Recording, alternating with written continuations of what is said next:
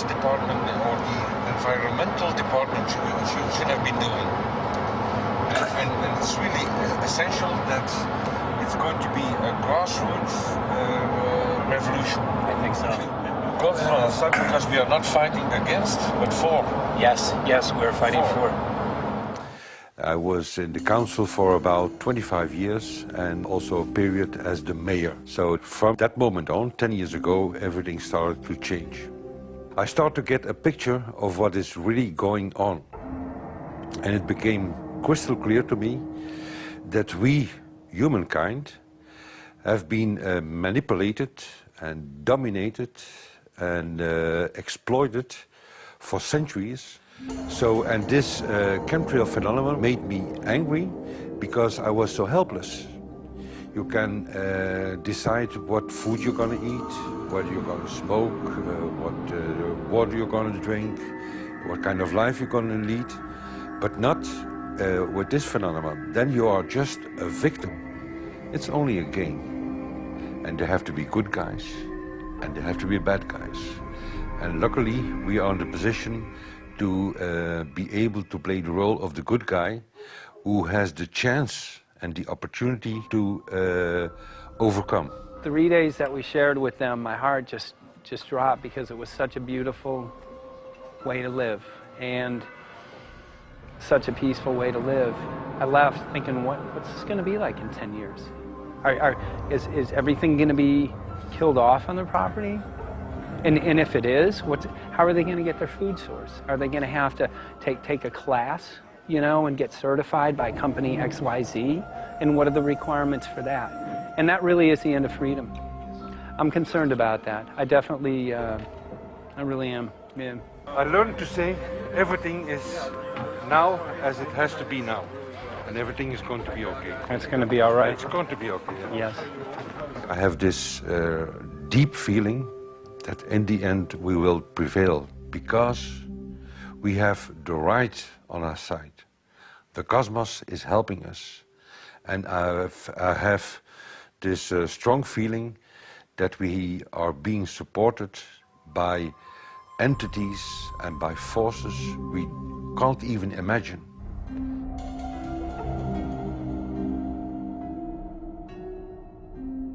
Here for the first time we have this scientific proof that we are being spread. We are being spread, and it's incredible and it's hard to believe, but we are being spread. I think at this moment to stop is not an option. Once you know it and once you have a tool like this and an opportunity like this, that the issue of chemtrails or persistent jet contrails or whatever name you use for it, that this phenomenon is recognized as being real, publicly debated on. In the context of geoengineering, I think it's high noon to bring this to the public. This is what the sky is supposed to look like. These are old paintings. We forgot this, I'm afraid. In the years that I have been a medical research journalist, I have looked at many things, and I found the same three issues in whatever I'm looking at. And that is that we are being dumbed down, we are being made sicker, and we are being made infertile. Citizens gathered from around the world in Belgium for the first International Chemtrail Symposium. The event attracted leading professionals, politicians, and activists who discussed the health, environmental, and social implications of these programs. Today it's only going to be about facts, documents, figures, patents, licenses, everything that brings us to the truth. We have no other weapon against this vast complex than exposing and bringing their dark works in the light of the truth. We have the hope that by our efforts, more and more people will become aware of the fact that we are deceived by our leaders. So today, we, as a family, join forces with the people who who publicly made known to the world that chemtrails are not a conspiracy theory, but a conspiracy fact. From the Technische Universiteit Delft in the Netherlands. Ladies and gentlemen, please welcome Koen Vermeer.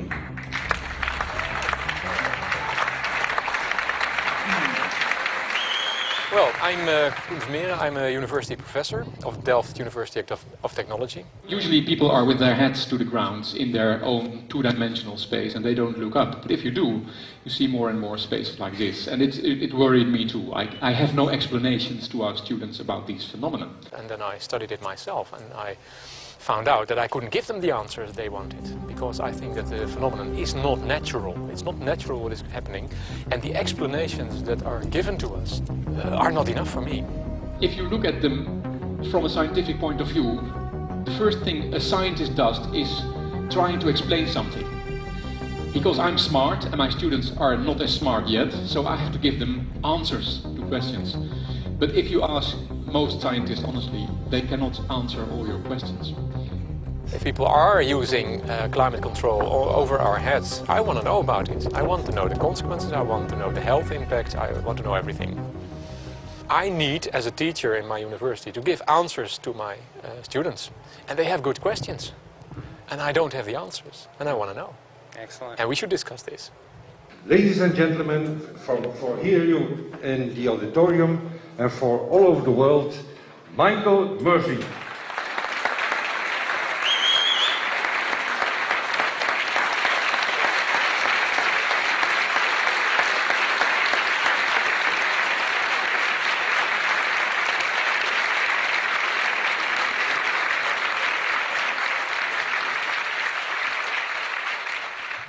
Well, thank you very much. It's definitely an honor to be here in Belgium.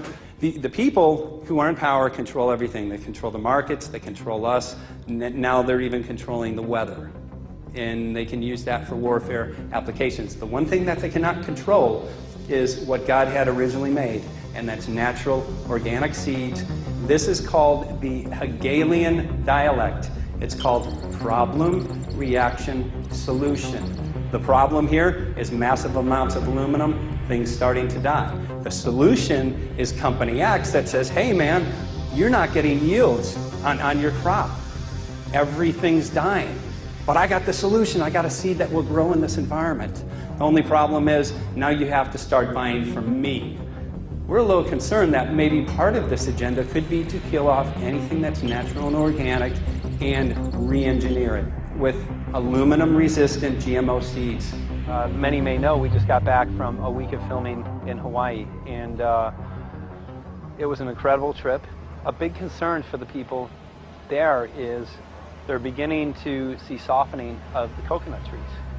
But their concern is that these programs may again be part of a broader agenda to destroy anything that's natural and organic, so that the corporate redesigned GMO foods might be the only source of food for people. I didn't anticipate so many people, young and old, who are interested in this phenomenon and are concerned about it. And I especially liked the address that the young girl gave today. Only 17 and already making an address to the audience. That is, well, incredible. My name is Sofia Xenidis. I am 17 years old. It is quite scary to know that the air we breathe is not what it's supposed to be. That the food we eat and the water we drink contain traces of those substances which are sprayed out over all of us as though we were being poisoned like insects. The feeling that this is causing me are feelings of deep anger and rage. I don't want to be poisoned. I don't want to be infected with cancer. And I'm just so angry that this global poisoning can be going on such a massive scale, and not enough is being done to stop this crime. A clear answer to one question. Are we being sprayed? Have we been sprayed? And is it their intention to spray again and again? What are we going to do about it? How are we going to deal with it? How are we going to stop it? I know the answer. There is only one person who can stop it. The you know him. You are. You are the person, the one you have been waiting for. We are magnificent, beautiful, godlike, divine human beings. Ladies and gentlemen, sisters and brothers, in this auditorium and in the whole world, thank you so very much for being present with us. And for now, please enjoy this anthem.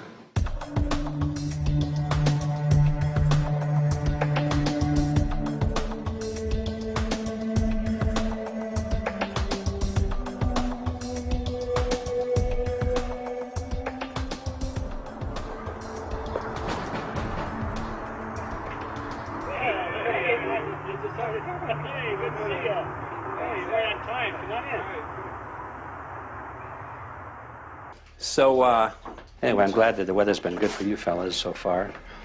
Just think if we were doing this in the wintertime, you might, if you're going to Washington, D.C., you might run into snow. Thank God we're not. That's right. You know, it's interesting because of the different weather modification programs.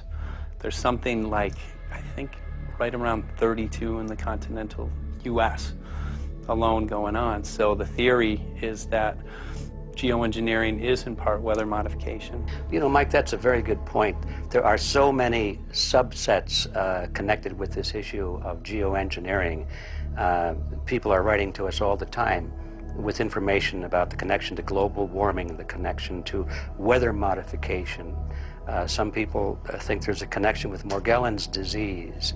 Others think it's kind of a means of transmitting electromagnetic impulses from the HAARP antenna system up in Alaska and Siberia. Boy, it gets your head spinning. And each area, I think, is worthy of investigation, but we have so little time. I think it's wise for us to stay focused on just the aerospraying and the toxic effect of these chemicals and the destruction of the planet and the damage to human health. What more do you need than that to convince people that we have to put a stop to it? So to stay focused, I think, is our mission on this one.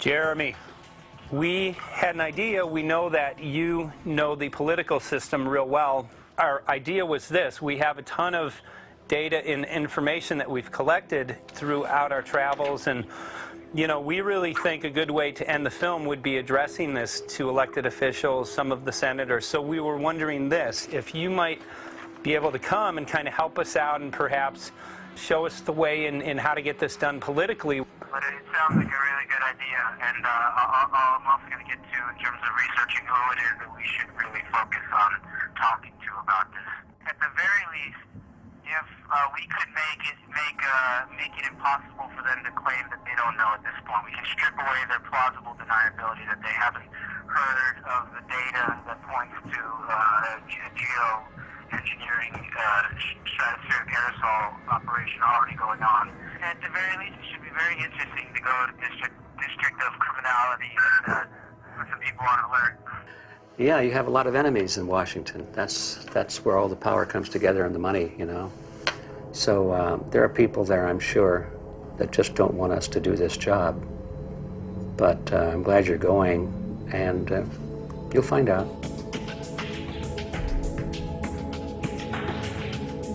We took the data to Washington, D.C. There we presented our elected officials with the following letter. According to the 5th article of the Bill of Rights amending the Constitution for the United States of America, no person shall be deprived of life, liberty, or property without due process of law. But the daily spraying is depriving all persons living within the United States of life, health, liberty, and integrity of our common and private property without due process of law.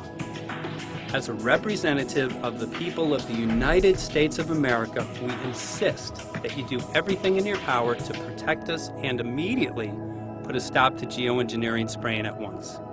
There exists no justification, legal or otherwise, to poison the planet and its inhabitants.